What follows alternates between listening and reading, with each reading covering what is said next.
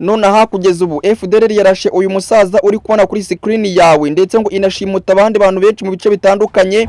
Ni mu gihe biri kuvuga yuko ngo sasa yivi M23 yataye ibirindiro yikambitsemo ndetse ngo ibyo birindiro iranabitwika bisa nkaho yahinduye inkambi. Amakuru ahari ngo nuko M23 ngo ishobora kwagiye bwishwa ndetse ngo ikabanyuze mu nzira za bucoracora aho bambutse banyuze mu mazi bibiyemo. Abaturage babonye M23 yimuye ibirindiro bavuze yuko ngo ishobora kuba igiye kwitegura kugaba ibitero simusiga hataramenyekana muri Kongo kugeza ubu ngubu. Ku ruhande rwa Kongo Kisekedi ntacyo aravuga, nanga makenga n'abagenzi baravuga iki kumva ngo bataye ibirindiro bakanabitwika. Ese kumva FDLR iratangiye kwivuga n'abaturage batandukanye ndetse igashimuta n'abandi irababaza iki? Tega amatwi. Kugeza ubu ngo makuru ava ku kirwa cy'Ijwi muri Kivu y'Amajyepfo aravuga yuko abarwanyi ba AFC M23 baba bavuye mu birindiro byinshi bari bafite mu majyepfo y'icyo kirwa, cyane cyane muri Shefere Ntaboka Europoma ya Mugote. Bamwe mu baturage bavuga yuko ibyo byabaye mu ijoro ryo kuwa mbere rishyira kuwa kabiri tariki 19 Gicurasi 2026, aho ngo abarwanyi bavuye muri utwo duce nyuma yo gutwika bimwe mu birindiro byabo, arimo ngo byari hafi y'itoro rya Sipaka Moria. Mu gitondo cyo kuwa kabiri abaturage batangaje ko ngo ari uduce twinshi batakibonamo abarwanyi ba AFC M23. Ibi ngibi ngo byarateye urujijo n'impungenge mu baturage.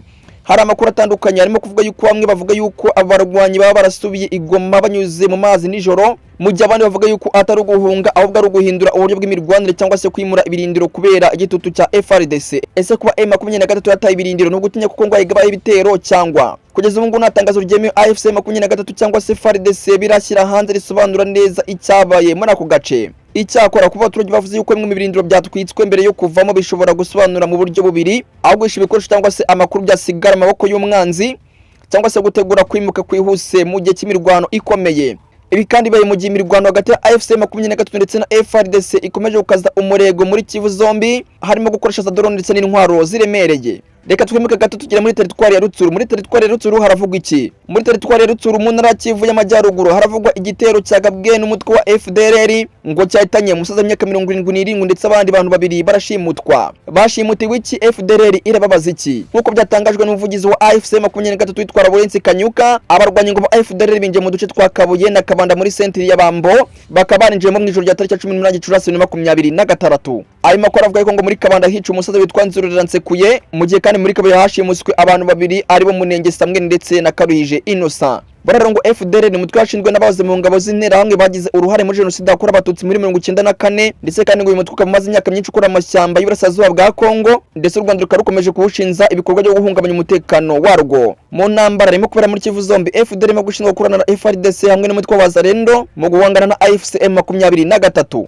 Ni mu gihe kandi AFC M23 ivuga yuko nubwo yafashe ibice byinshi birimo n'umujyi wa Goma, ariko FDLR ikomeje gucengera mu baturage ikora ibikorwa by'ubwicanyi, ubusahuzi, gushimuta abantu ndetse no kubafata ku ngufu. Ibi ngibi kandi baye mu gihe umutekano muri Kivu y'Amajyaruguru ukomeje kuzamba, aho abaturage benshi bakomeje guhura n'ibibazo by'imirwano, kwimurwa n'ibikorwa by'imitwe yitwaje intwaro itandukanye. Ngaye ngo gukora kuri AFC M23 yataye ibirindiro byayo ndetse kanabitwika ikimuka.